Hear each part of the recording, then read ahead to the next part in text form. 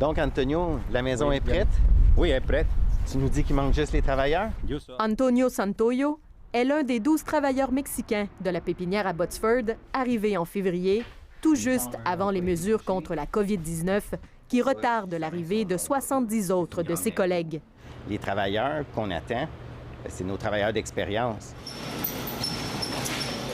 Chaque année, 14 000 travailleurs agricoles du Mexique et du Guatemala œuvrent dans les fermes de la province. Ottawa a fermé ses frontières, mais exempte ses travailleurs. Reste à voir selon quelles conditions. La pépinière voudrait assumer elle-même la quarantaine obligatoire.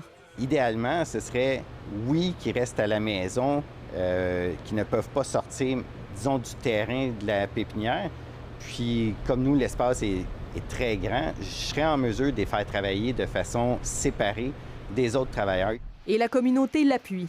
J'ai déjà même fait des contacts avec certains des producteurs de notre village ici à Saint-Paul pour la possibilité d'emprunter, de louer des maisons pour diminuer la quantité de travailleurs par maison et pour être en mesure de garder des réserves de quarantaine. L'enjeu est de taille, pour les maraîchers aussi. Ils doivent décider, est-ce que je pars mes plants, est-ce que je les pars pas, quelle quantité que je fais, quelle quantité de main-d'œuvre que j'aurai.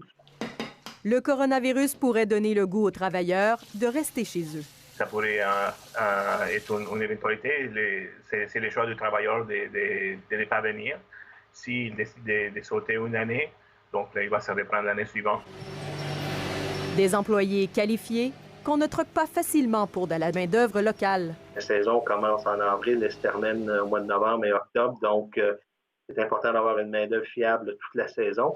Il est donc -1 pour les producteurs. Dans la production en pépinière, comme la production de légumes, si c'est pas fait dans le bon temps, ça ne donne pas des bons résultats. Deuxième génération à la pépinière, Pierre Paquette a vécu la crise du verglas. Cette fois-ci, c'est pire, mais il demeure optimiste. Je pense que les gens vont probablement peut-être revenir plus au jardinage à cause de ça. Puis peut-être jardiner plus avec la famille.